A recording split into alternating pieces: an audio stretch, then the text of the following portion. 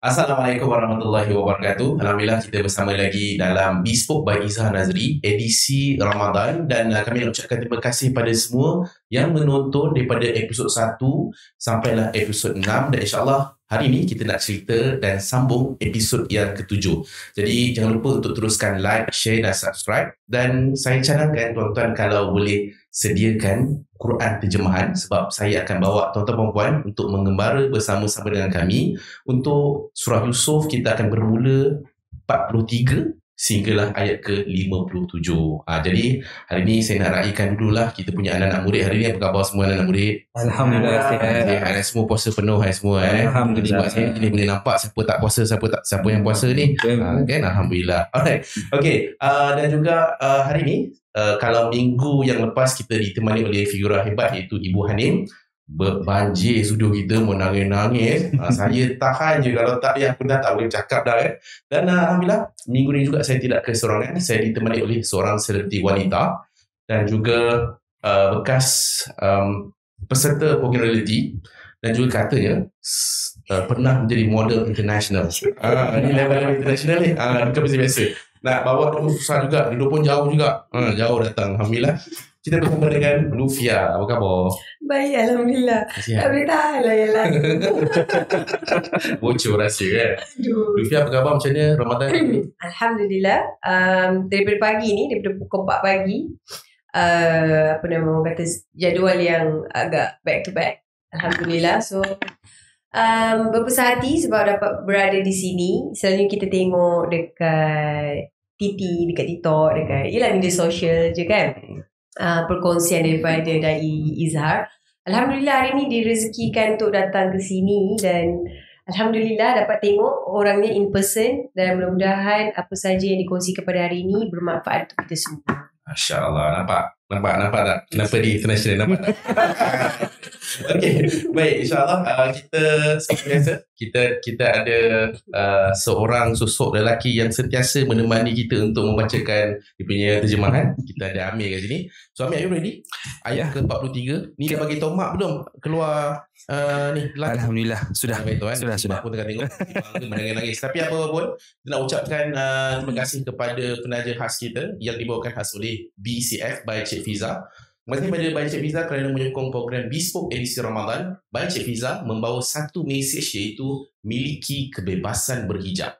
Tudung BCF Baik Cik Fiza memberi makna sebuah kebebasan untuk wanita yang ingin tampil cantik dan bergaya dengan material tudung yang tak perlu iron, sejuk dan juga serak peluh. Jadi pada mana-mana wanita yang ingin tampil selesa dan bergaya pada hari raya ni, jangan lupa untuk dapatkan tudung BCF by Cik Fiza dan boleh didapati di butik-butik dan kini BCF ada di Absolute Bazaar bermula 21 sehingga 24 Mac di MITEC Kuala Lumpur. Lepas live ni, bolehlah siap-siap nak ke MITEC singgah ke booth BCF di Absolute Bazaar. Dan kepada yang menonton live malam ni, boleh klik link di bio untuk join Bespoke Family supaya dapat notifikasi ataupun update terkini berkenaan dengan program-program Bespoke yang akan datang. Okey, jom kita masuk pada episod ke-7 yang bertema akan keluar daripada penjara mentaliti pemenang. Fotos yang mungkin macam, hari tu cerita pasal apa Secret recap lah. Nabi Yusuf AS dia dipenjarakan disebabkan fitnah dan kedua-dua dia ada rakan sepenjara dia. Satu dihukum bunuh, satu lagi dibebaskan dan Nabi Yusuf pesan pada kawan dia yang sepenjara tu, nanti kalau kau keluar, kau pesanlah kat raja, ceritalah pasal aku ni yang ada kat penjara ni. Tetapi kawan dia tu dah lupa pesanan itu. Jadi Nabi Yusuf tetaplah terus berada di penjara untuk tempoh yang seterusnya yang tak tahu bila boleh bebas. Cuma timbul satu persoalan. Macam mana cara Allah keluarkan Nabi Yusuf? Kan? Macam mana cara Allah mengangkat Nabi Yusuf? Sebab Allah telah berjanji Nabi Yusuf ni pasti Allah akan angkatnya. Tapi macam mana cara dia di luar kotak fikiran dan juga lintasan hati Yusuf, tapi Nabi Yusuf yakin pasti Allah ada caranya untuk menyelamatkan dirinya. So macam mana cara Allah selamatkan Nabi Yusuf? Kita pergi pada ayat 43 untuk malam ni. Raja berkata kepada para pemuka kaumnya, sesungguhnya aku bermimpi melihat 7 ekor lembu betina yang gemuk-gemuk dimakan oleh 7 ekor lembu betina yang kurus-kurus dan 7 tangkai gandum yang hijau dan 7 tangkai lainnya yang kering. Wahai orang yang terkemuka, terangkanlah kepadaku tentang takwil mimpiku itu jika kamu dapat mentakwilkan mimpi. Lufia, Allah kan sentiasa ada pelbagai cara untuk nak keluarkan kita daripada satu kegelapan. So, kita ingat cara A yang kita boleh selamat, tapi mungkin dengan cara B. So, sama juga kita dah masuk pada ayat 43 ni, Allah nak bagi tahu inilah cara B yang tak terlintas dalam fikiran Nabi Yusuf, bagaimana Allah nak keluarkan Nabi Yusuf daripada penjara. Macam mana caranya? Allah telah berikan kepada raja tersebut. Dalam Al-Quran, raja ini disebut Al-Malik. Kalau menteri dipanggil Al-Aziz. Okay. Al-Malik ni dia bermimpi. Dia mimpi dengan satu mimpi. Dia mimpi 7 ekor lembu-lembu yang kurus ni, dia makan lembu-lembu yang gemuk dan besar. Jadi benda tu macam pelik lah. Dan juga ada 7 tangkai, yang mana 7 tangkai tu 7 tangkai yang hijau dan 7 tangkai lagi yang kering. Jadi pada siapa yang mungkin terlepas episod pertama, saya ada cerita tentang di era zaman Nabi Yusuf ni, ilmu yang diangkat adalah ilmu tafsir mimpi. Siapa boleh tafsir mimpi, dia akan diangkat dalam kerajaan. Dia akan diangkat jadi penasihat raja. Dan raja tanya pada penasihat dia, ni mimpi aku semalam, aku mimpi pasal lembu, aku mimpi pasal 7 tangkai, tolong tafsir untuk aku. Jadi semua orang-orang raja ni cuba untuk nak tafsirkan, semua tak dapat tafsir. Sebab mimpi ni terlalu pelik sangat. Mimpi ni melangkaui dia punya ilmu. Jadi waktu itulah kata ketua-ketua kaum yang hadir tu untuk nak terangkan mimpi-mimpi raja tu, apa kata mereka? Kita sambung pada ayat ke-44. Mereka menjawab, itu mimpi-mimpi yang kosong dan kami sekali-kali tidak mampu mentakwilkan mimpi itu. Jadi memang jadi pelik, jadi confuse. Orang-orang raja ni macam kita memang tak boleh lah, ni pelik sangat lah. Cerita ni bercampur-campur, tiba-tiba lembu pula, tiba-tiba tangkai pula, pada datang pula tiba yang kurus boleh makan yang gemuk ni. Ini pelik sangat, tak ada dalam keilmuan kami. Jadi waktu tu, ingat tak kawan penjara Nabi Yusuf tu? Dia dapat jawatan menghidangkan arak pada raja tersebut. Jadi dia orang paling rapat, paling hampir dengan raja. Jadi bila dia dengar conversation di antara raja dan semua penasihat-penasihat dia, waktu tu dia terfikir, baru teringat balik. Yelah, aku ada kawan, ada member lah seorang kat penjara tu. Aku keluar penjara ni pun sebabkan mimpi dia. Sebab dia telah tafsirkan mimpi yang aku akan selamat dan aku boleh keluar daripada penjara. Jadi waktu tu lah dia teringat dan dia cuba nak bagi tahu pada raja tu tentang kawan dia. Okey, itu pada ayat yang seterusnya, Amir. Dan berkatalah orang yang selamat di antara mereka berdua setelah teringat kembali akan pesanan Yusuf sesudah berlalu suatu masa yang lama. Aku akan memberitahu kepada kamu tentang orang yang pandai mentakwilkan mimpi itu, maka utuslah aku kepadanya. Okey, Amir sambung lagi ayat 46. Setelah pelayan itu berjumpa dengan Yusuf, dia berseru, Yusuf, wahai orang yang sangat dipercayai, terangkanlah kepada kami tentang 7 ekor lembu betina yang gemuk-gemuk yang dimakan oleh 7 ekor lembu betina yang kurus-kurus dan 7 tangkai gandum yang hijau dan 7 tangkai lainnya yang kering, agar aku kembali kepada mereka itu supaya mereka mengetahuinya. Okey, persoalan pertama, bila kawan pada Nabi Yusuf ni penghidang arak pada raja tu, dia teringat yang dia ada kawan dekat penjara. Apa yang dia buat? Dia sendiri minta izin pada raja untuk masuk jumpa dengan Yusuf. Kenapa dia tak panggil Yusuf untuk keluar? Kenapa dia nak pergi masuk dalam tu? Kan lebih baik kalau Yusuf dikeluarkan dan juga Yusuf sendiri yang dengar daripada raja apa mimpinya. Sebab ada satu karakter manusia yang kita boleh belajar dekat sini adalah setiap manusia, dia perlukan acknowledgement. Dia nak kredit terhadap segala dia punya usaha dia punya achievement, contributionnya. Ini adalah habit satu manusia dan ini adalah sangat normal. For those yang rasa macam, aku buat benda ni, dia akan cuba untuk cerita ke orang, ni hasil titik peluh aku, ini adalah karya aku, ini benda yang aku usahakan aku dah bertahun-tahun. Jadi dia nak acknowledgement. Kredit tu adalah sifat manusia. Sebenarnya kita banyak fikir diri kita tahu sebenarnya.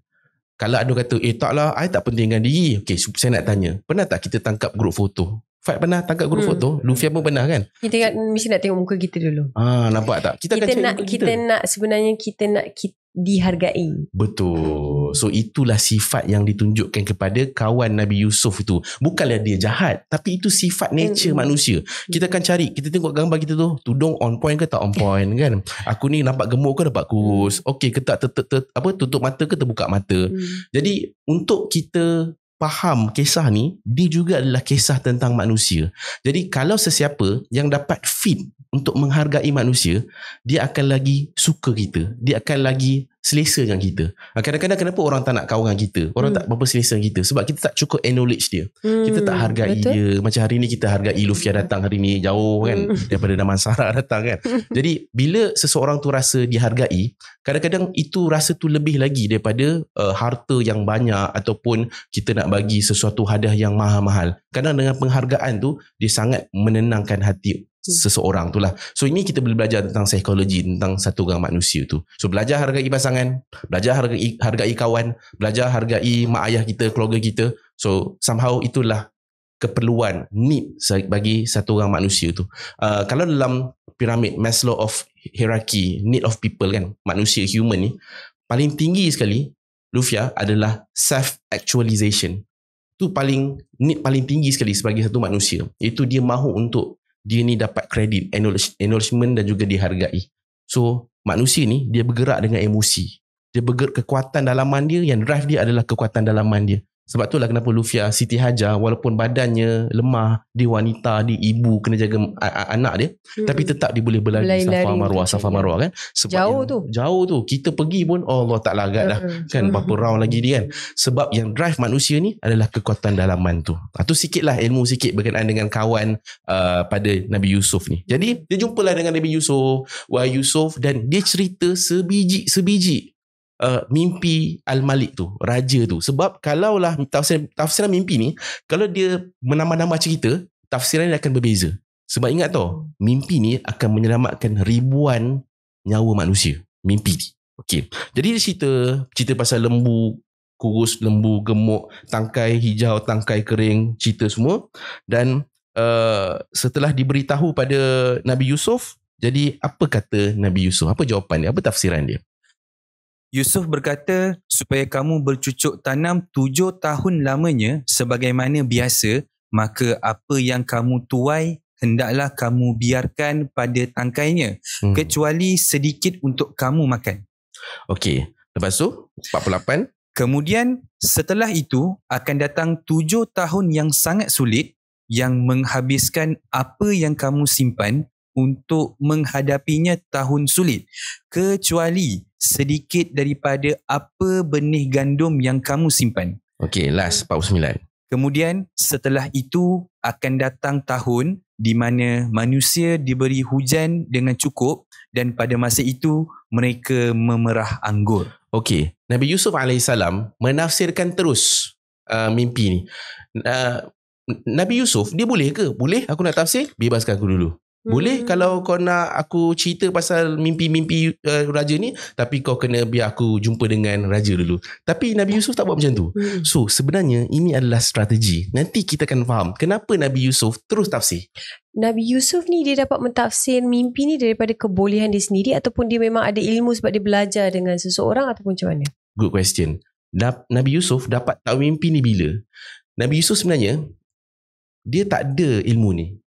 Apa buktinya? Masa awal surah Yusuf, Nabi Yusuf bermimpi dengan dia nampak 11 bulan bintang matahari sujud dekat dia.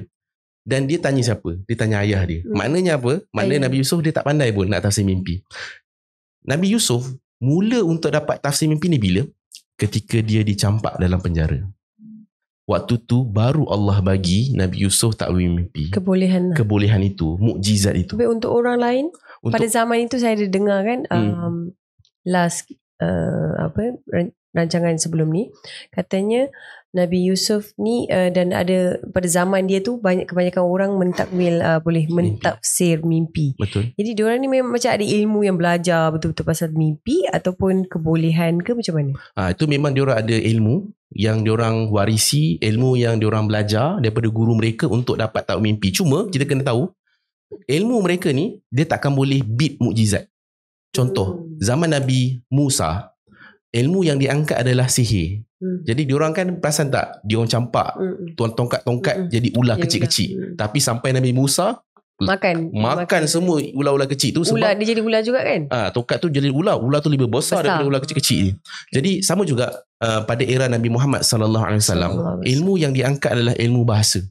Ramai penyair-penyair, ramai yang boleh menggunakan bahasa Arab yang sangat tinggi sampai boleh berbunuh-bunuhan sebabkan oleh syair dan bahasa-bahasa mereka. Tapi turun Al-Quran sebagai mukjizat, dia dominate semua bahasa-bahasa yang ada. So itu ilmu yang diangkat, tapi mukjizat dia akan dominate, dia akan melebihi ilmu-ilmu yang lain. Sebab itulah kenapa mimpi raja ni, ilmu-ilmu waktu tu tak boleh nak tafsir. Hanya mukjizat daripada Nabi Yusuf saja yang boleh tafsir mimpi raja tu sendiri. Okey. Dan Nabi Yusuf pun dia tafsir. Okey, nanti akan datang 7 tahun, yang mana 7 tahun ni kena sungguh-sungguh bercucuk tanam. Gunakan apa saja kelebihan kudrat yang ada ni untuk collect berapa banyak pun hasil-hasil yang ada. Sebab apa? Sebab nanti 7 tahun yang kedua akan berlaku kemarau teruk sehingga bukan saja efek Mesir, tapi juga negara-negara di sekitar Mesir. Waktu itulah, kat sini nanti saya bagi teaser sikit lah. Masa ni lah abang-abang Nabi Yusuf datang. Sebab abang-abang Nabi Yusuf dia duduk dekat mana? Dia duduk dekat Kanaan. Kanaan ni di Palestin sekarang ni. Dan Palestin ni jarak ke Mesir ni lebih 8,000 kilometer. So waktu tu mereka datang untuk minta bantuan. So tengok nanti pada episod akan datang, bukan episod ni tak sebab cover, macam mana Nabi Yusuf bagi sumbangan tu. Jadi itu fasa kedua, kemarau. Dan nanti akan masuk fasa yang ketiga, iaitu semuanya akan jadi seperti sedia kala balik. Semua akan okey balik. Itu pada tahun ke-15. Maksudnya 7 tahun campur 7 tahun 14. Betul tak?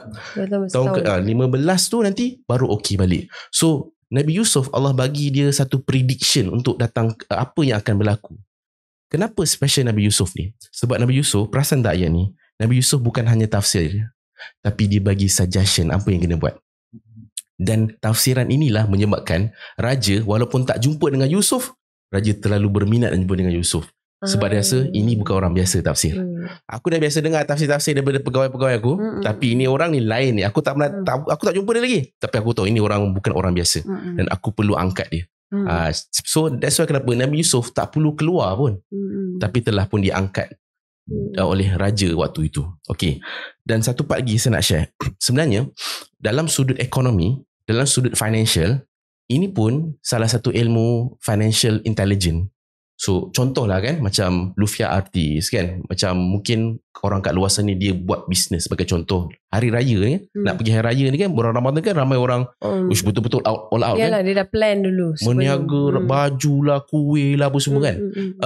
Peringatan untuk kita, kita tak selalunya ada kat atas. Betul. So masa seseorang tu dekat peak, masa itulah sebenarnya simpan duit. Dia kena simpan. Betul. Kan? Simpan macam duit. saya ingat Lufia pun banyak pengalaman kawan-kawan yang dia pandai simpan duit.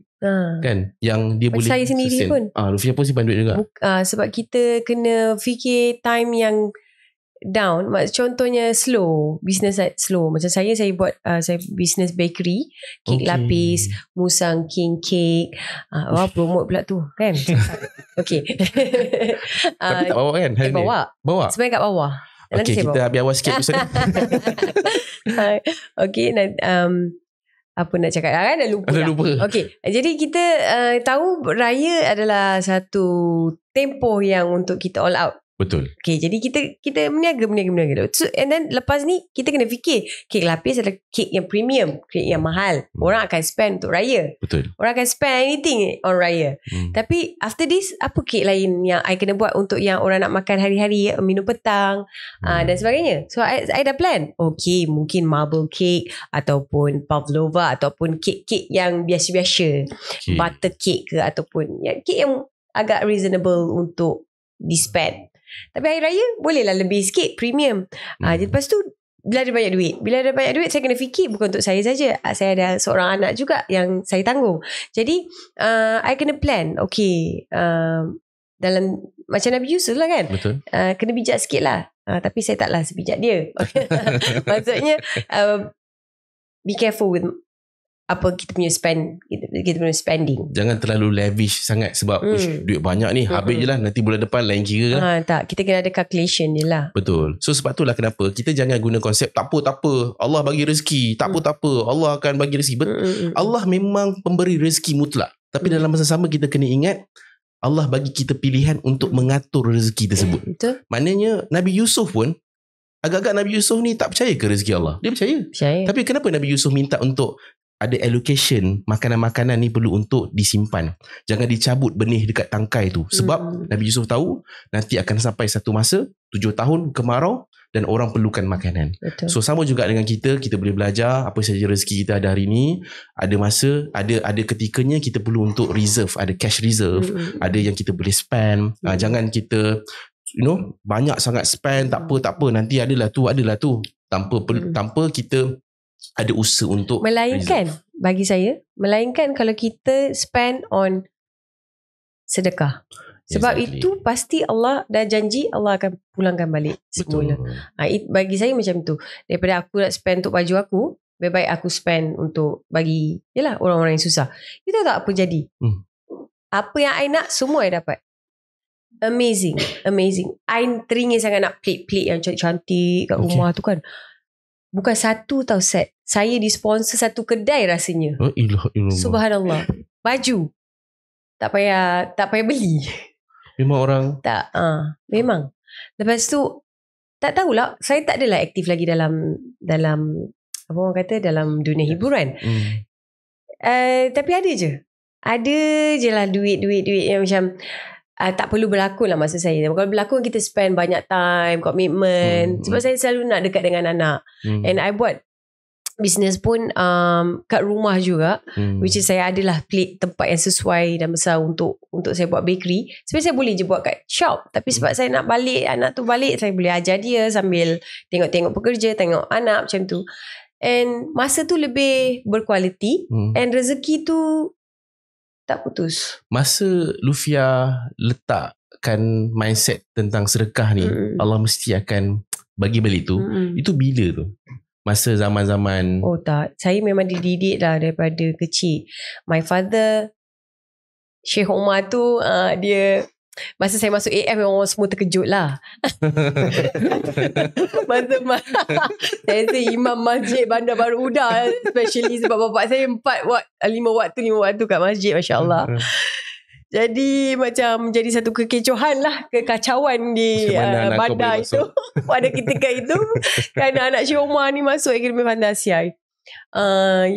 Sebenarnya saya daripada orang kata background yang Alhamdulillah lah, mak bapak tu ajar agama yang dan saya pun sekolah agama sampai ke orang Johor. Orang Johor kan dia sekolah agama.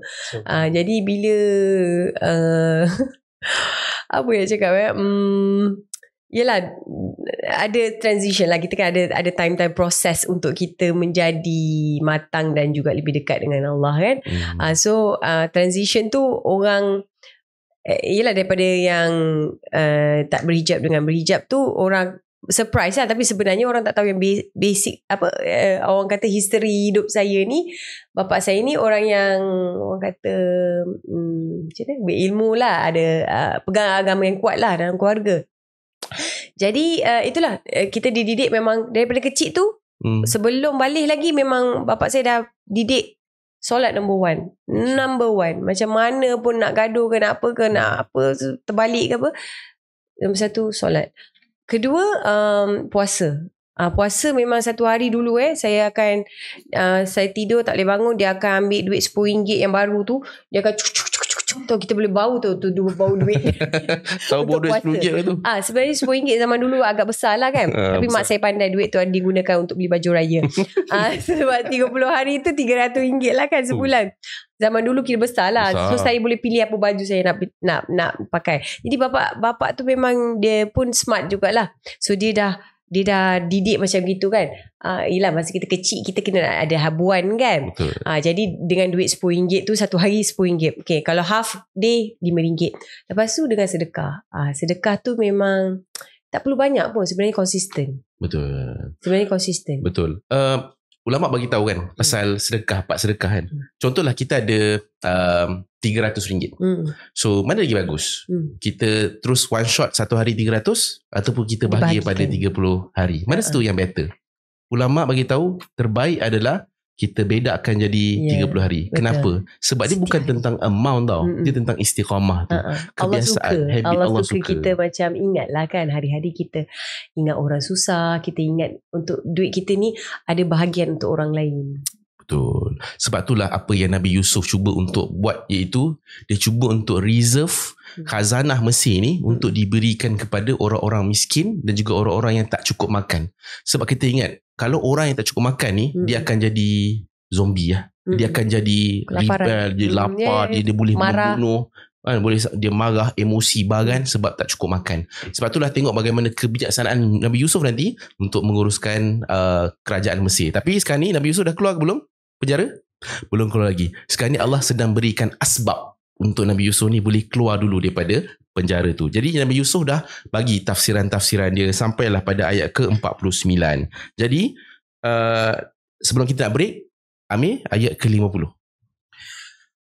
Raja berkata, bawalah dia kepadaku. Maka tatkala utusan itu datang kepada Yusuf, berkatalah Yusuf, kembalilah kepada tuanmu dan tanyakanlah kepadanya bagaimana halnya wanita-wanita yang telah melukai tangannya. Okey. Sesungguhnya Tuhanku maha mengetahui tipu daya mereka. Okey. Part ni menarik sangat sebab lepas Nabi Yusuf explain pasal tafsiran-tafsiran dia dan kawan dia ni dah pergi jumpa raja balik dan cerita exactly apa yang Nabi Yusuf sarankan, cadangkan berdasarkan tafsiran dia. Dan raja impress lah. Uish, ini dahsyat ni. Jadi apa yang raja kata, sekarang ni bawa kau punya kawan datang jumpa aku.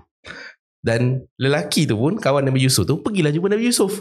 Wahai Yusuf, ini raja sudah panggil kau ni. Ini kira jackpot lah ni. Sebab kau boleh dibebaskan ni. Bayangkan kita ni duduk dalam penjara dah lah kena fitnah. Lepas tu kita pun tak tahu bila pula kita boleh keluar. Tiba-tiba raja sudah panggil keluar. Kalau kita keluar tak? Keluar, dah lama sangat dalam ni. Tapi Nabi Yusuf, dia tak nak keluar. Oh, dia tak nak keluar Dia tak nak keluar. Dan dia siap letak syarat lagi. Apa dia punya syarat? Dia kata, kalau aku nak keluar, boleh. Tapi dengan syarat. Syaratnya adalah, tolong buka balik file kes aku dulu. Dulu, dia difitnah oleh isteri Al-Aziz dan kawan-kawan se-WhatsApp group tu. Sekarang ni, tolong buka file kes tu dan aku nak raja yang jadi hakim waktu tu. Sebab itulah dia ayat ke-50 ni, apa cerita kisah-kisah tentang isteri Al-Aziz tu. Jadi apa jadi lepas tu bila Nabi Yusuf letakkan syarat? Bayangkan kita ni hamba sahaya, kita ni memang duduk dalam penjara tapi siap boleh letak syarat lagi. Sebab Nabi Yusuf tahu inilah cara, strategi terbaik untuk dia keluar dalam keadaan, sebab lepas ni dia akan memimpin bermaruah. Dia tak nak dia keluarkan dalam keadaan dia dapat keampunan. Dia tak nak dapat keampunan daripada raja. Sebab dia tak bersalah. Sebab salah. Sebab betul. Kalau dia keluar sebabkan keampunan daripada raja, orang tahu kau ni diampunkan raja je. Memang kau salah pun. Jadi macam mana strategi Nabi Yusuf dapat keluar secara bermaruah? Nanti kita tengok pada ayat yang seterusnya, ayat ke-51. Tapi kita nak berehat seketika. Kita jumpa selepas ini dan saya kena ambil kek lapis lah ni. Boleh sempat ni ambil kek lapis dan nanti Lufia pun akan kongsikan sesuatu, sharing pengalaman hidup dia yang boleh bagi inspirasi saya ingat pada ramai wanita kat luar sana yang sedang menonton. Dan tapi sebelum kita nak berehat seketika ni, kita nak mention sekali lagi kita punya penaja utama kita pada malam ini, BCF by Cik Fiza. Terima kasih kerana menyokong program Bespoke edisi Ramadan, dan by Cik Fiza membawa satu mesej miliki kebebasan berhijab, memberi makna sebuah kebebasan untuk wanita yang ingin tampil cantik dan bergaya dengan material tudung yang tak perlu iron, sejuk dan juga serap peluh. Fad dah belikan dah kat wife by Cik Fiza ni. Banyak koleksi dah Masya Allah. Okay, nanti kita kongsi banyak lagi. Kita nak berehat seketika, ambil nafas dulu. Jumpa selepas ini.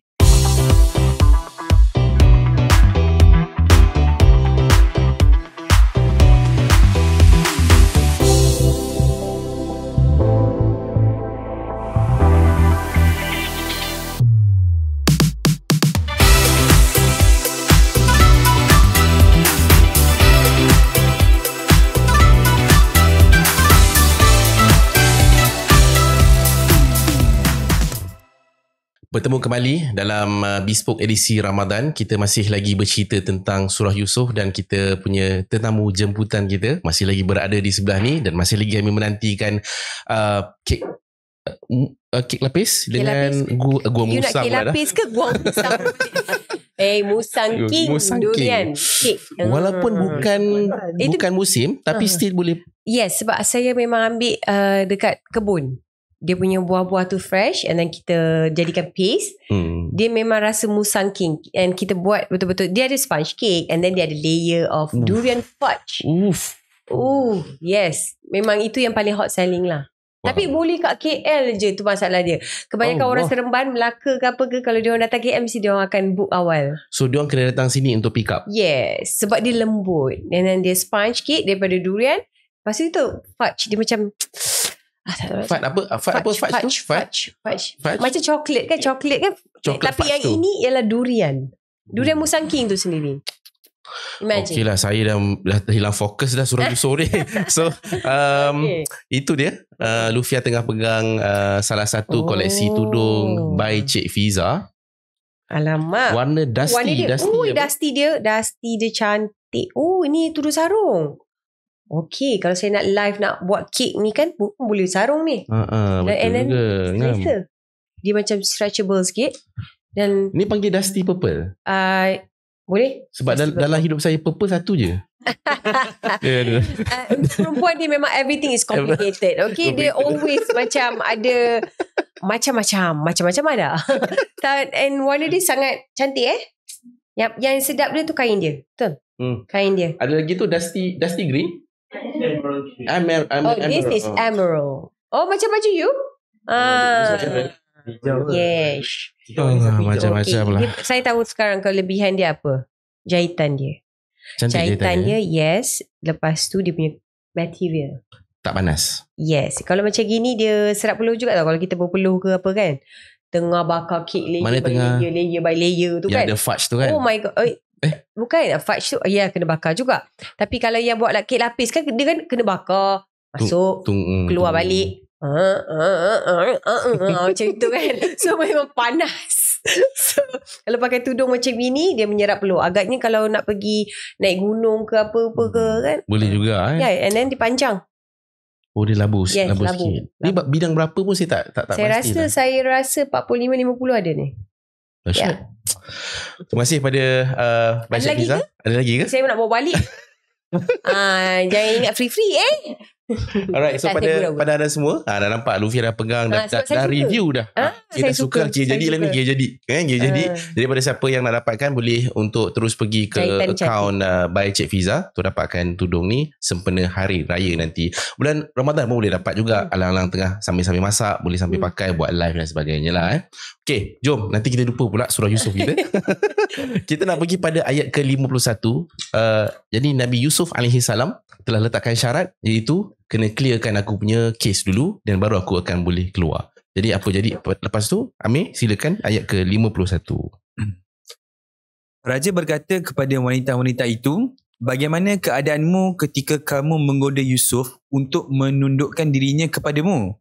Mereka berkata, Maha sempurna Allah, kami tidak mengetahui sesuatu keburukan daripadanya.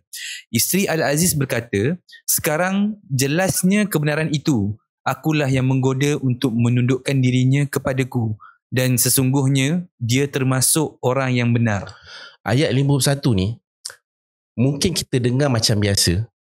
Tapi 51 ni adalah ayat yang sangat mahal nilai dia. Kenapa? Sebab ketika dibuka semula perbicaraan. Sebab kita kena ingat Nabi Yusuf ni masuk penjara tanpa perbicaraan. Tanpa rupanya, raja tak tahu pun dia masuk penjara sebab apa. Dia memang terus kena masuk sebabkan fitnah, pengkhianatan. Sebab kita kena tahu yang fitnah ni adalah isteri Al-Aziz, isteri menteri besar ni. Jadi sebenarnya saya lupa yang part tu. Kalau boleh recap sikit, kenapa dia fitnah dia? Okey, kenapa dia fitnah Nabi Yusuf? Sebab cinta tak terbalas ke? Cinta tak terbalas. Dan dia bagi dua pilihan. Kau nak terima aku punya godaan, bermaksiat dengan aku, ataupun aku akan pastikan kau masuk penjara. Okey, sebab dia handsome sangat kan? Sebab dia handsome sangat. Jadi waktu tu Nabi Yusuf memilih untuk, tak apalah, biar aku masuk penjara daripada aku bergelumah dengan maksiat. Telah memilih kegelapan penjara berbanding dengan keseronokan dunia yang memenuhi nafsu tu. Itu hebatlah. Dan Allah sentiasa ada untuk memenangkan orang yang dikhianati. Nanti kita akan tengok bagaimana dianiaya dan sebagainya kan, difitnah. Allah bersihkan nama Nabi Yusuf ni kejap lagi. Okay. So, kenapa ayat 51 ni penting? Sebab apabila raja telah panggil isteri Al-Aziz, bukan saja raja panggil isteri Al-Aziz, raja panggil siapa lagi? Kawan-kawan dia sekali. Sebab waktu tu pengakuan tu berlaku depan kawan-kawan dia. Kau nak pilih kita orang, godaan kami, buat maksiatan kami, ataupun masuk penjara. Dan perkataan tu dituturkan di hadapan kawan-kawan isteri Al-Aziz. Maknanya bukan hanya nak buat dengan isteri Al-Aziz, tapi juga dengan kawan-kawan dia orang juga. Kawan-kawan isteri Al-Aziz yang golongan-golongan kelas atasan ni. Okay. Jadi waktu tu isteri Al-Aziz dulunya dia play victim. Nama dia siapa? Nama dia tak disebut dalam Al-Quran, tapi ada ulama, ada tafsiran mengatakan namanya adalah Zulaikha. Itu yang kata cinta Zulaikha tu ya? Nanti kita cerita. Okay. Tak sabar. Kan macam Zulaikha, bukankah aku biasa dengar dalam doa-doa orang kahwin kan? Ya Allah, satukanlah mereka seperti Yusuf dan Zulaikha. Dia ni ke Zulaikha? So dia yang mula-mula nak sangat, lepas tu dia buat fitnah sampai jadi kecoh macam ni. And then, tapi macam mana pun jodoh dia tetap dengan Zulaikha ni ke? Jodoh ke tak kan? Nanti kita tahu. Jangan ke mana-mana. Okay, terus tak sabar dah. Jadi ke tak kan?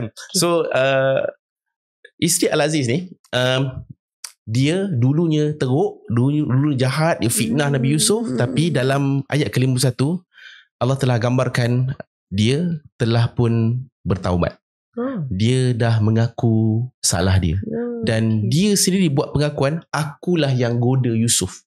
Dan memang Yusuf ni orang yang baik. Akulah yang telah fitnah dia. Dia mengaku? Dia mengaku. Depan raja. Wow. Dan ini adalah satu tamparan buat kita bahawa setiap manusia ni dulunya mungkin dia pernah buat silap. Sentiasa ada ruang untuk seseorang tu dia berubah jadi baik. Kadang-kadang kita tengok orang, kita suka tengok apa dia buat dulu berbanding apa dia sekarang. Sebab kita jangan tengok dosa-dosa dia yang dulu, sebab mungkin dosa-dosa dia tu telah terhapus dengan taubat-taubat dan air mata dia setiap malam. Benda yang kita tak nampak depan mata kita. Dan ayat 51 ni nak bagi tahu, kita jangan rasa kita ni sentiasa betul dalam hidup kita. Kan? Satu perangai yang diwarisi oleh iblis adalah perangai sentiasa rasa diri betul. Walaupun kau dah jelas-jelas dah salah. Dan Zulaikha ni ataupun isteri Al-Aziz ni dulunya perangai begitu. Tapi transition dia berubah sebab mungkinlah ketika Nabi Yusuf AS ni dimasukkan dalam penjara, Zulaikha tu ataupun isteri Al-Aziz tu mungkin dia banyak fikir, berlaku kematangan dan kedewasaan. Dan waktu tu bila dipanggil semula, dia tak lawan dah. Dia tak buat perangai macam dulu. Dia mengaku je, memang aku yang salah, aku yang goda dan aku yang telah fitnah dia. Sebenarnya inilah rezeki bagi orang yang bersabar. Kita rasa kita difitnah dan kita cuba macam-macam cara tahu untuk kita nak bersihkan nama kita. Kita buat press conference, kita cuba nak bagi tahu semua orang aku tak bersalah. Tapi endingnya ada juga orang-orang yang masih menyimpan persepsi imej buruk tu terhadap kita. Tapi bila Allah yang membersihkan nama kita, maka semuanya akan jadi tenang, semuanya akan jadi lapang dan akan dinaikkan darjat kita di sisi Allah dan juga di pandangan manusia. Saya rasa macam tajuk hari ni memang kena betul dengan saya. Okey. Kena sangat. Dalam banyak benda. Satu, itulah yang tadi fitnah. Kita nak menegakkan, menegakkan apa orang kata, keadilan, maruah kita. Banyak. Saya pun macam amazing sebab ada doa-doa saya yang Allah jawab. Ya. Because saya rasa banyak yang dari Izhar share ni memang kena apa yang saya tanya. Itulah jawapan dia. Selama ni saya pun macam bercakap sana, bercakap sini, nak menegakkan kita menegakkan penat, betul penat. Letih nak cakap yang kita betul. Kita difitnah, contohnya kita begini begitu. Tapi sebenarnya kun fayakun, Allah boleh selamatkan ni semua. Exactly. Kita minta kat dia je. Dah serah kat Allah. Itu sebenarnya jawapan dia. Betul. Saya dapat jawapan dia macam memang ada terdetik juga macam saya redha dengan apa whatever takdir yang Allah tentukan. Nak bergaduh dengan orang ke, nak cakap banyak pun tak guna sebenarnya. Tapi bila once Allah tu dah bantu kita, itulah semuanya clear. Dah takkan ada insya-Allah orang yang cakap-cakap. Jadi itu sebenarnya point yang saya dapat juga baru-baru ni.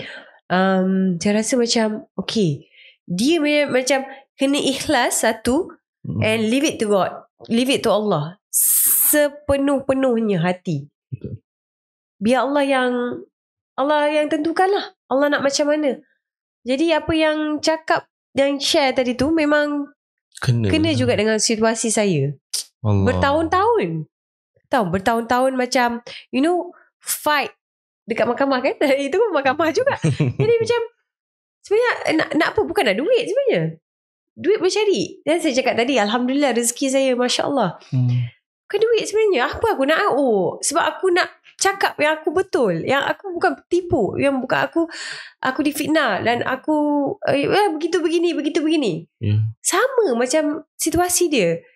Jadi end up sebenarnya leave it to Allah. Allah akan atur. Betul. Dan Allah kukuhkan lagi pernyataan daripada Lufia ni pada ayat seterusnya. Cuba tengok Amir pada ayat seterusnya. Ini dahsyat sangat ayat dia. Yusuf berkata, yang demikian itu agar dia, Al-Aziz, mengetahui bahawa sesungguhnya aku tidak khianat kepadanya di belakangnya, dan bahawasanya Allah tidak menjayakan tipu daya orang yang khianat. Siapa yang khianat kita, siapa yang fitnah kita, ada niat buruk dengan kita, dia lupa ke ada Tuhan yang sedang memerhati kita? Dan siapa yang buat pengkhianatan, Allah akan gagalkan pengkhianatan tu. At the first place, dia mungkin rasa dia menang. Kau tengok, aku dah menang, aku dah burukkan dia dah. Kau tengok, semua orang benci dia, semua orang rasa dia yang salah. Tapi Allah endingnya akan tetap menangkan orang yang dikhianati. Pengkhianatan, keburukan, fitnah, dia takkan pernah menang. Allah sentiasa akan menangkan orang yang berada di pihak yang betul. Nabi Yusuf AS tak perlu nak defend beria sangat dekat mahkamah depan raja. Saya difitnah, saya tak salah, saya ni bersih, saya ni soleh. Tak. Zulaikha sendiri, isteri Al-Aziz sendiri mengakui Yusuf ni baik. Kami yang salah, kami yang dah goda. Cuma apa harga yang perlu Nabi Yusuf bayar?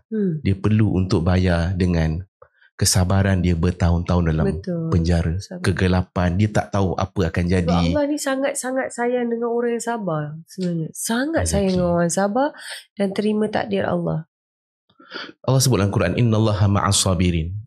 Aku ni akan bersama dengan siapa yang boleh sabar. Hilang sabar, hilanglah kebersamaan Allah pada seseorang tu.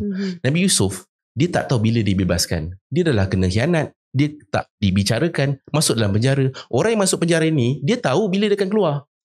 Dia tahu tempoh berapa lama dia akan keluar. Tapi Nabi Yusuf, dia tak tahu tempoh bila dia keluar. Tapi kenapa Nabi Yusuf boleh tahan dalam penjara? Sebab dia tahu Allah dia takkan tinggalkan dia.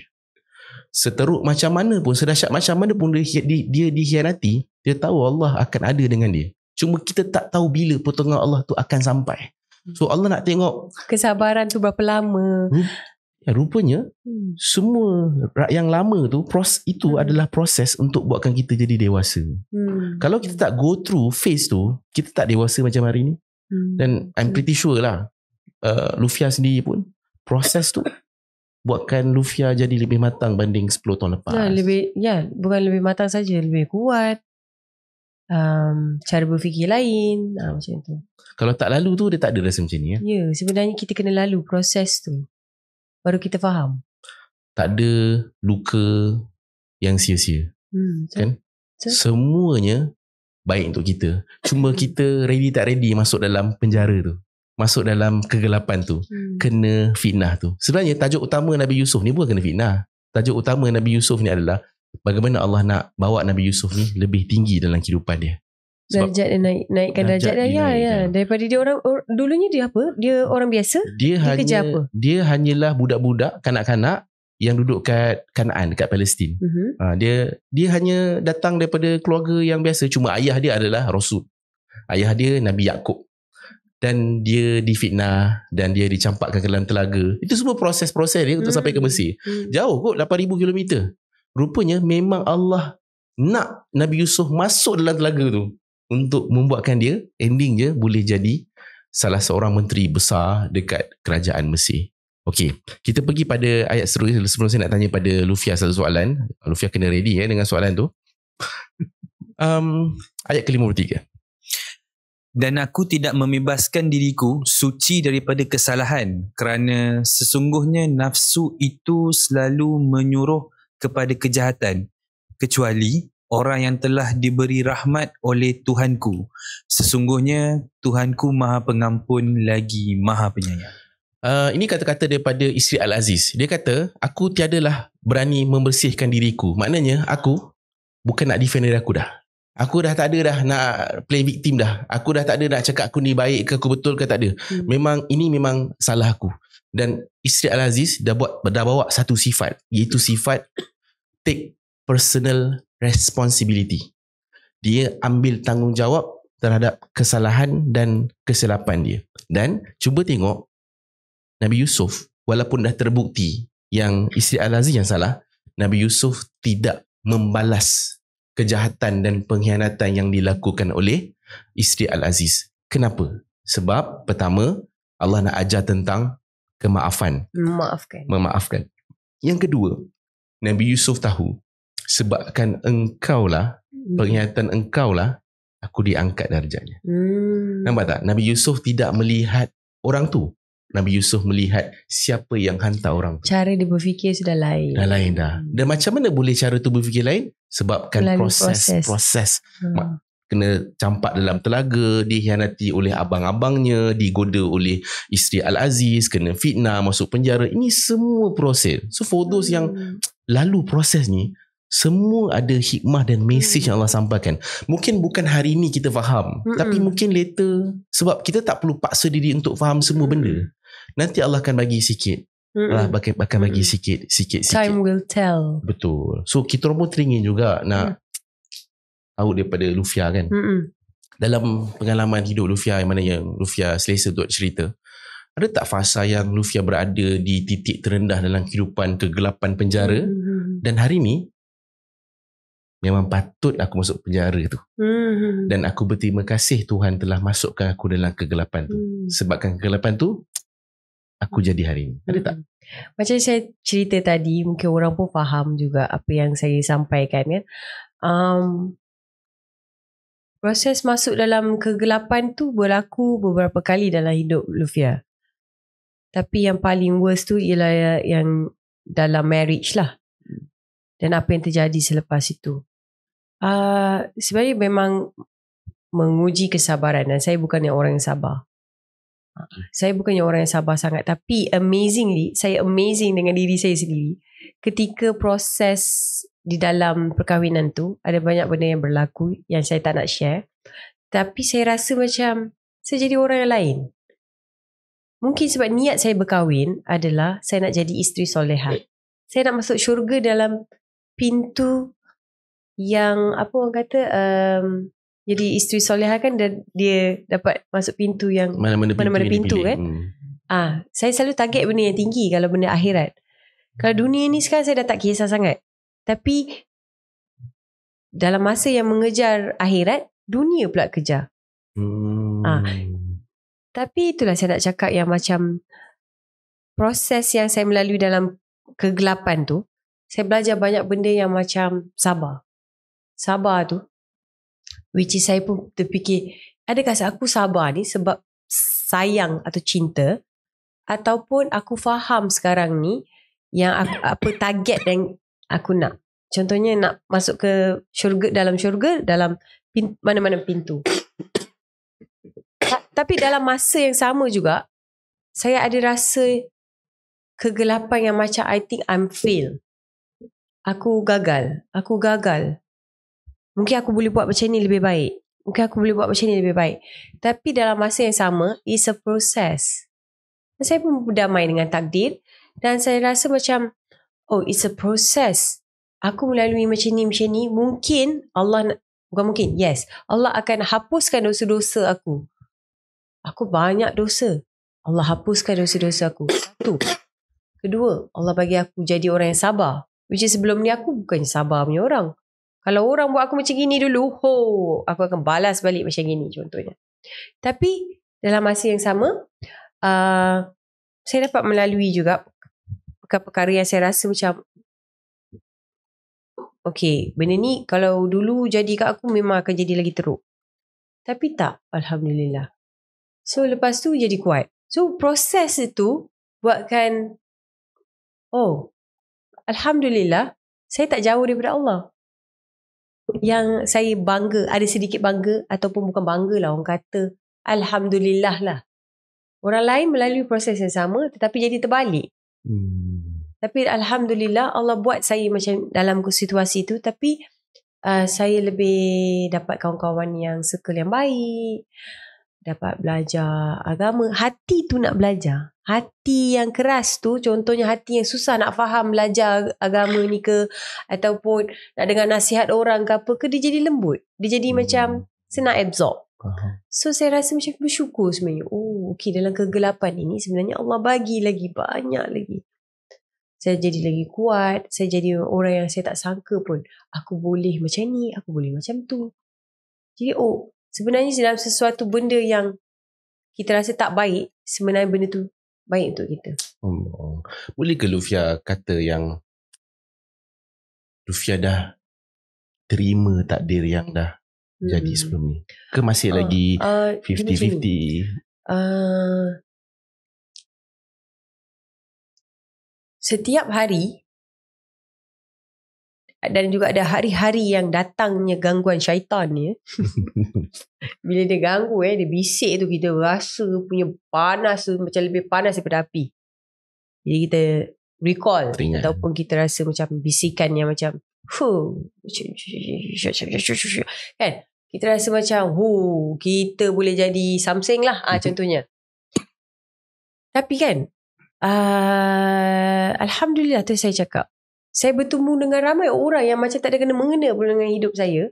Tapi dia boleh bagi kata-kata hikmah yang macam, ini bukan kau yang cakap, bukan kau yang sampaikan, ini sebenarnya Allah bagi sampaikan melalui kau. Kau tak ada kena-mengena dengan aku, tapi dia cakap something yang macam okay, memang kita kena memaafkan orang tu bukan sebab orang tu minta maaf, ataupun bukan sebab kita ni pemaaf ke apa, tak. Tapi sebenarnya pasal kita buat tu kerana Allah. Sebab Allah ni sayang orang yang memaafkan orang lain. Dan itulah salah satu caranya juga Allah mengampunkan dosa kita. Allah, benar.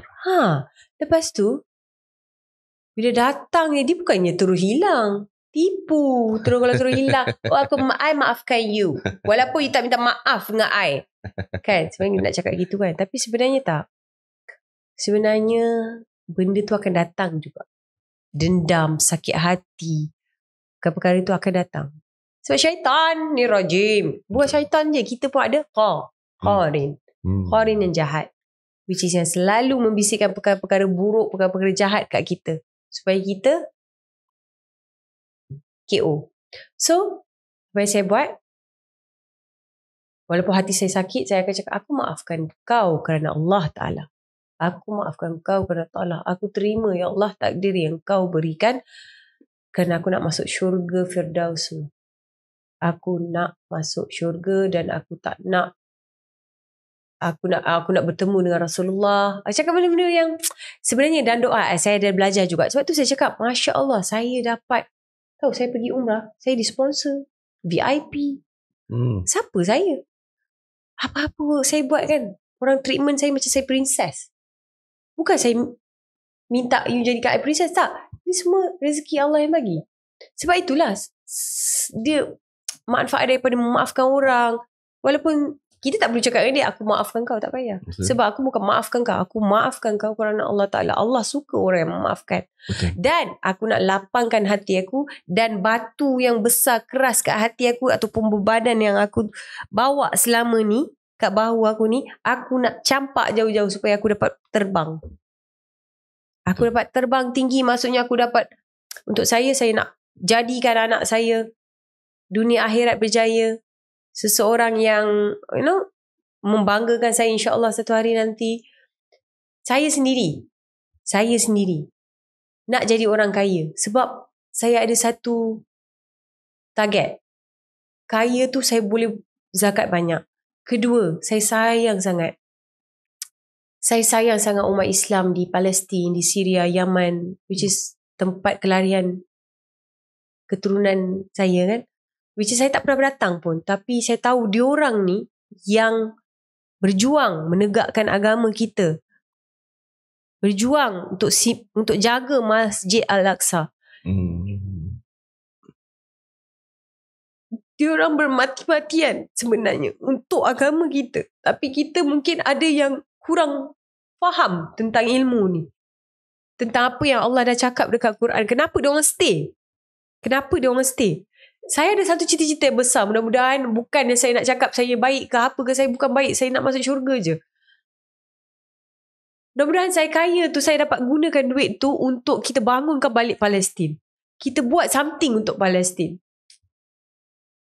Cita-cita saya besar sebab saya nak jumpa dia orang balik semula. Nanti kat syurga saya nak dia orang cerita. Dia orang cerita dengan saya.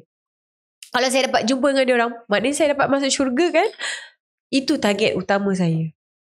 Mudah-mudahan kekayaan di dunia tu dapat saya kaya dekat akhirat. Itu je saya. Masya Allah. Ada satu hadis kan, Nabi SAW sebut yang sesiapa yang menjadikan akhirat tu tujuan kehidupan dia. Sebab ada orang yang menjadikan dunia tu tujuan hidup dia. Kan maknanya aku nak kaya, aku nak duit banyak, aku nak populariti, aku memang nak banyak job. Tapi dia sekadar di dunia saja dia punya tujuan dia. Berbeza dengan orang yang jadikan akhirat tu tujuan hidup dia. Maknanya dia nak kaya sebab apa? Sebab dia ada tujuan akhirat dia. Kata apa Nabi? Orang yang menjadikan hidup dia, akhirat tu sebagai tujuan, dunia sebagai keperluan, cara untuk dia dapat akhirat tu, maka dia akan dapat 3 perkara Nabi kata. Pertama, Allah akan kurniakan kekayaan pada hati dia.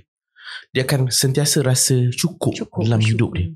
Yang kedua, Allah akan kurniakan kepada dia, Allah sendiri akan susun kehidupan dia. Tanpa kita sangka, macam Lufia cerita lah, tiba-tiba ada orang semasa umrah, tiba-tiba ada orang bagi something yang kita teringin sangat, tiba-tiba dapat. Ini siapa yang susun? Ini Allah yang susun. Sebab bila satu orang dia jadikan akhirat sebagai tujuan, dia dapat yang nombor 3. Apa dia? Allah akan jadikan dunia ni datang pada dia dalam keadaan meminta-minta, merayu-rayu dekat kaki dia. Dan inilah jadi pada para sahabat. Para sahabat ni jadikan akhirat sebagai tujuan. Ingat para sahabat ni lekeh ke? Ingat diorang ni miskin ke? 7 daripada 10 sahabat yang dijamin syurga, 7-nya adalah multi-millionaire. Bahkan kekayaan mereka sampai hari ni masih ada lagi. Sebagai contohnya Sayyidina Uthman bin Affan. Sampai hari ni kekayaan dia masih ada, bertambah-tambah. Ini orang yang apa? Ini orang yang letakkan akhirat di hadapan. Di dunia dijadikan untuk capai akhirat dia. Sebab itulah tak rugi orang yang letakkan akhirat di hadapan. Dan Nabi Yusuf AS, dia tahu isteri Al-Aziz ni bukan tajuk utama dia. Orang yang menyakiti ni, perempuan-perempuan kawan-kawan isteri Al-Aziz ni, ini bukan my main concern. Sebab aku ada benda yang lebih besar aku nak capai. Jadi bila kita nampak yang lebih besar, contohnya kita nampak akhirat, kita nampak syurga, kita nampak anak-anak Palestin yang kita nak bantu. So dah perasan tak benda-benda kecil-kecil ni kan, cakap-cakap orang ni dia jadi kecil. Jadi macam, agas je. Jadi macam buang masa untuk aku nak fikir pasal benda ni. Sebab aku benda yang ada yang sangat besar yang aku nak capai kat depan ni. So itulah apa yang Nabi Yusuf punya vision. Dia tahu dia nak selamatkan kerajaan ni. Dia nak selamatkan banyak nyawa-nyawa yang bakal lapar dan mati kelaparan, tak cukup makanan pada nanti 7 tahun kemarau. So dia dah tak heran dah tentang isteri Al-Aziz ni, perempuan ni. Dia terlalu mudah untuk nak memaafkan. Kenapa kita susah nak maafkan? Sebab dunia masih melekat dalam hati. Bila kita dah kurangkan kemelekatan dunia pada hati kita, waktu tu kita akan mudah untuk memaafkan. Sebab kita tahu, kalau aku menang kat dunia, berapa lama sangat aku nak menang? Betul. Kan, kalau aku contohnya dalam antara aku dengan kau, aku terbukti menang. Kau mungkin menang 20 tahun, 30 tahun, kau mati. Sebab kita bukan nak menang kat sini saja. Kita ada satu kemenangan yang lebih besar yang kita nak capai, iaitu Fawzul Azim. Apa tu Fawzul Azim? Kemenangan yang agung. Dan dalam Quran Allah beritahu, kemenangan yang agung adalah apa yang Lufia sebut tadi tu, dapat masuk ke dalam syurga. Engkau lawan cakap kan, kau salah, kau silap, aku silap. Menang pun dapat trofi pun. lagi sakit hati adalah kan. Tapi Nabi Yusuf telah dia divertkan kita punya fokus pada letakkan sesuatu yang lebih besar ke depan. Benda yang kat tepi-tepi kita ni akan jadi mula kecil dan kita dah tak terlalu terluka dengan perbuatan mereka. Okay, so kita dah sampai pada ayat yang ke 54. So kita akan baca ayat 55 ke? Tak, tadi 53. Okay, baca 54 Amir. Dan raja berkata, bawalah Yusuf kepadaku agar aku memilih dia sebagai orang kepercayaanku yang rapat denganku. Setelah raja berbual dengan Yusuf, maka raja berkata, sesungguhnya kamu mulai hari ini menjadi seorang yang berkedudukan tinggi, lagi dipercayai di sisi kami. Okey, raja dah buktikan yang Yusuf ini dia tak bersalah. Dan inilah strategi Nabi Yusuf. Nabi Yusuf nak keluar penjara dalam keadaan bermaruah. Bayangkan Nabi Yusuf keluar dalam keadaan orang tahu dia dapat pengampunan raja. Dan dia pula jadi Al-Aziz pula waktu tu. Apa jadi? Orang akan mula bercakap-cakap. Al-Aziz tu, kita tahu cerita dia dulu. Dia dulu pernah cuba nak goda dia punya majikan dia dulu. So nampak tak? Persepsi buruk tu akan berlaku ketika Nabi Yusuf jadi menteri nanti. Jadi untuk avoid benda tu, macam mana yang Nabi Yusuf buat? Nabi Yusuf telah buktikan yang dia tidak bersalah dalam perbicaraan yang dihakimi sendiri oleh raja. Maka dah bersihlah nama. Isteri Al-Aziz pun dia mengaku, aku yang salah, bukan Yusuf yang salah. Dan yang kedua, inilah cara bagaimana Nabi Yusuf nak beritahu kepada kita bahawa Allah Subhanahu Wa Taala boleh keluarkan kita daripada satu fitnah kegelapan dan terus dinaikkan darjat di sisi Allah dan juga pada pandangan manusia dengan cara kita kena bersabar dengan apa yang Allah berikan pada kita. Okay, and satu lagi, tengok dekat sini, raja telah offer pada Nabi Yusuf, wahai Yusuf, aku nak lantik kau jadi penasihat aku. Kau jadi aku punya advisor lah sebab kau ni bijak ni. Nabi Yusuf terima tak? Nabi Yusuf tak terima. Sekali lagi Nabi Yusuf tolak pelawaan raja sebab apa yang Nabi Yusuf request. Itu ada pada ayat ke-55. Yusuf berkata, jadikanlah aku pengurus perbendaharaan hasil negara Mesir ini. Sesungguhnya aku adalah orang yang pandai menjaga lagi berpengetahuan. Jadi Yusuf dia kata, aku nak jadi menteri yang menjaga aset ataupun kewangan Mesir. Aku tak nak jadi penasihat. Dan ini nak ajar kita dua perkara. Pertama, boleh tak kita bagi tahu dekat orang kelebihan kita? Boleh. Supaya boleh jadi manfaat pada orang. Macam Lufia sebut tadi, saya nak jadi kaya supaya saya ni boleh bantu orang-orang Palestin, boleh bantu orang-orang yang kurang bernasib baik. So kita boleh untuk bagi tahu kita punya kelebihan. Bayangkan kita pergi tempat kerja, bos tanya, awak apa kelebihan? Saya hamba Allah je. Saya memang la haula wala quwata illa billah. Saya ni tak ada apa pun, saya tak ada lah, ni Allah je saya ada. Tak, cara yang sebaiknya adalah kita bagi tahu lah kelebihan kita. Saya ni pandai untuk buat accounting, saya ni pandai dalam bidang HR. Kena bagi tahu lah benda tu supaya dapat dimanfaatkan oleh orang kat luar sana. Setiap antara kita yang datang hari ni pun semua ni, semua ada kelebihan masing-masing tau. Ada yang dia bijak dalam menguruskan manusia. Ada orang yang dia pandai bake. Ada orang yang dia pandai berlakon. Ada orang yang dia pandai contohnya dia pandai bersukan sebagai contoh. So macam mana kelebihan yang kita ada ni untuk kita nak bantu agama? Itu yang kita kena fikir. Sekarang apa kelebihan yang aku ada sekarang ni untuk bantu agama Allah? Dan Nabi Yusuf sekarang ni nak tunjuk kat kita kelebihan yang dia ada dalam menguruskan kewangan, dalam menguruskan hasil tanaman, dalam mengelola dan juga mengemudi kerajaan ni untuk nak bantu siapa? Nak bantu agama Allah. So tanya diri kita balik, kelebihan yang aku ada hari ni, aku belajar kat universiti dulu, pelajaran apa dulu, dan macam mana aku nak bantu agama dengan kelebihan aku? Sebab semua nikmat Allah bagi kat kita hari ni akan disoal oleh Allah Subhanahu Wa Taala nanti. Aku bagi kau kaya dulu, Lufia, apa kau buat? Aku bagi kau sihat dulu, apa yang kau buat? Izhar, aku bagi kau ilmu dulu, apa kau buat? So inilah soalan-soalan yang Allah akan tanya kita nanti.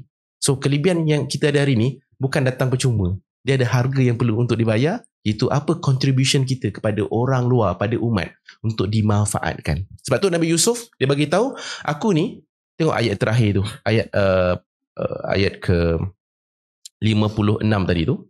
Sorry, tadi Amir baca ayat ke berapa? 55. Ayat ke 55 kan. Dan Nabi Yusuf bagi tahu yang dia ada kelebihan amanah dan juga ada keilmuan. So amanah dengan keilmuan inilah yang Nabi Yusuf bagi tahu pada raja supaya dia boleh uruskan hasil tanaman dan juga kewangan kerajaan Mesir. Dan okay, Amir boleh baca 56 sampai 57 untuk closing kita episod kali ini. Dan demikianlah kami memberi kedudukan kepada Yusuf di negeri Mesir. Dia berkuasa penuh, bebas tinggal di mana sahaja dia dikehendaki di bumi Mesir itu. Kami melimpahkan rahmat kami kepada siapa yang kami kehendaki dan kami tidak mensia-siakan pahala orang yang berbuat baik. Dan sesungguhnya pahala akhirat itu lebih baik bagi orang yang beriman dan sentiasa bertakwa. Okey, pada ayat ke-56 Allah sekali lagi bagi tahu kami tetapkan kedudukan Yusuf di Mesir sebagai satu orang Perdana Menteri yang menguruskan perbendaharaan hasil-hasil bumi Mesir. Maknanya sekarang ni watak raja dah tak ada dah. Sekarang ni watak yang paling berkuasa selepas ini adalah watak Nabi Yusuf sebagai Al-Aziz. Dan ingat tak, dia duduk dulu dekat rumah siapa? Rumah Al-Aziz. Al-Aziz yang sebelum ni telah pun dipecat oleh raja. Sebabkan pengkhianatan yang berlaku oleh isterinya. Dan kira dia ni bersongkongkol jugalah dengan isteri dia, menyebabkan Yusuf kena masuk penjara. Maka dipecat Al-Aziz dan dilantiklah raja baru, iaitu Nabi Yusuf AS. Bayangkan dekat rumah tu Nabi Yusuf pun tak expect dia boleh ganti tempat tuan dia sendiri. Kuasa Allah boleh ganti dan jadikan Nabi Yusuf ni Perdana Menteri yang berkuasa mutlak penuh. Maknanya Nabi Yusuf boleh buat apa-apa saja kat negara tu. Nabi Yusuf boleh duduk dekat mana-mana saja sebab Allah raja tu dah bagi autoriti penuh pada Nabi Yusuf untuk uruskan negara tersebut. Dahsyat kan? Dan juga terakhir sekali, bila kita diberikan kelebihan banyak oleh Allah Subhanahu Wa Taala, kekayaan, kesihatan, kedudukan, dalam ayat ke-57 apa kata Allah? Dan sesungguhnya pahala di hari akhirat lebih baik bagi orang-orang beriman serta mereka pula sentiasa bertakwa. Besar mana pun nikmat Allah bagi kat dunia, ketahuilah lagi besar yang Allah akan bagi juga yang menanti kita nanti dekat hari akhirat. Sebab sini bukan tempat kita. Ini bukan tempat tinggal kita. Dan menariknya kat dunia ni, semuanya sifatnya sementara. Kalau kita happy tu sementara. Kalau kita sedih pun, sedih tu pun sementara. Ingat tak kita pernah susah dulu? Dan Allah telah selesaikan masalah kita tu. Dan Allah yang sama juga yang akan selesaikan masalah kita untuk ujian-ujian kita yang akan datang. Ujian takkan pernah berhenti sampai kita mati. Cuma, macam mana nak kuatkan hati kita? Hanya orang yang bertakwa saja yang akan kuat hati untuk lalui ujian. Apa maksud orang takwa? Apa tu takwa? Takwa tu adalah orang yang ada kesedaran dia ada Tuhan yang akan sentiasa jaga dia, yang akan sentiasa melindungi dia, yang tak akan pernah tinggalkan dia. Sebab tu tak ada keraguan, tak ada ketakutan bagi orang-orang bertakwa. Dan inilah untungnya jadi orang baik. Kita tak perlu jadi watak baik untuk semua orang, kita hanya perlu jadi baik untuk semua orang. Dan ayat 57 tadi adalah ayat closing untuk kita punya episod. Tapi Lufia, kita ada soalan sebenarnya kita dapat daripada Bespoke Family ni.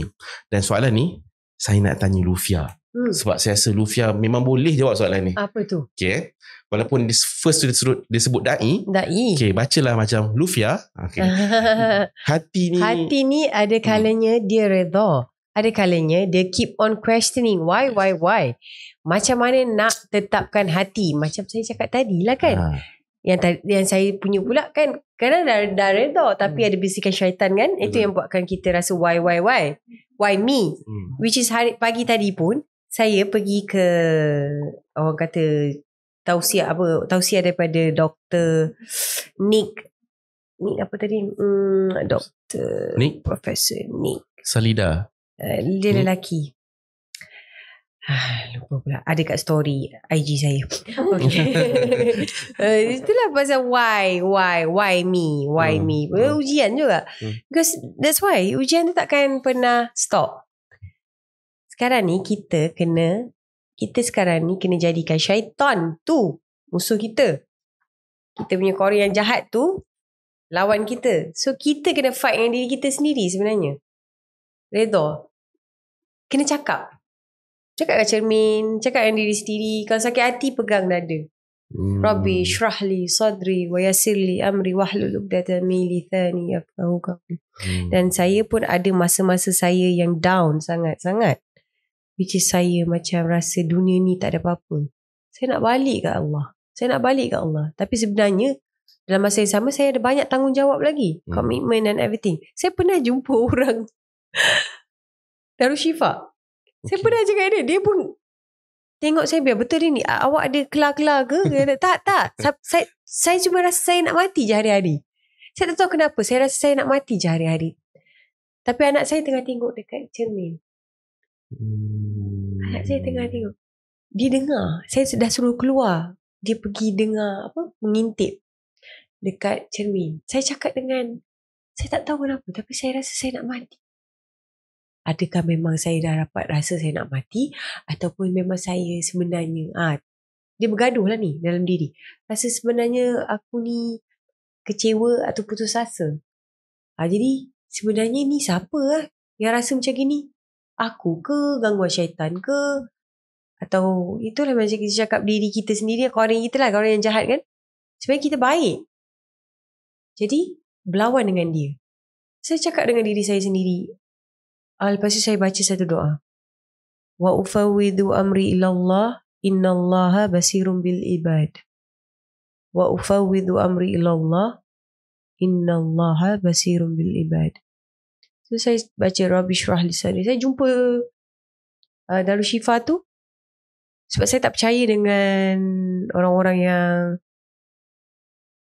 na'udzubillah kan, kita jangan sampai jumpa orang yang salah supaya kita nanti jadi syirik, jadi tak baik kan. Jadi kita pergi je jumpa, ada masalah apa pun dalam fikiran ke, rasa apalah sihir ke apa, jangan fikir macam tu. Kita fikir je kita nak jumpa untuk buat benda yang betul, kita minta nasihat. Apa bacaan. Dia sebenarnya tak adalah benda yang nak pergi, apa benda lah yang kadang-kadang merepek-repek dia orang suruh buat tu semua menipu. Jangan percaya. Sebenarnya macam mana pun kita kena buat amalan. So jadi kita jumpa orang-orang pandai ni supaya dia bagi kita bekalan ilmu yang kita buat. Kalau kita buatkan air tu mungkin ialah dia solat banyak lagi, dia mungkin lebih dekat dengan Allah, so dia bacakan apa-apa tu mungkin doa dia lebih cepat diijabkan kan. Dan itulah dia. Saya cakap ni last lah saya nak rasa macam ni. Sebab saya tak nak berputus asa. Itu berputus asa tu siapa punya perangai? Syaitan kan?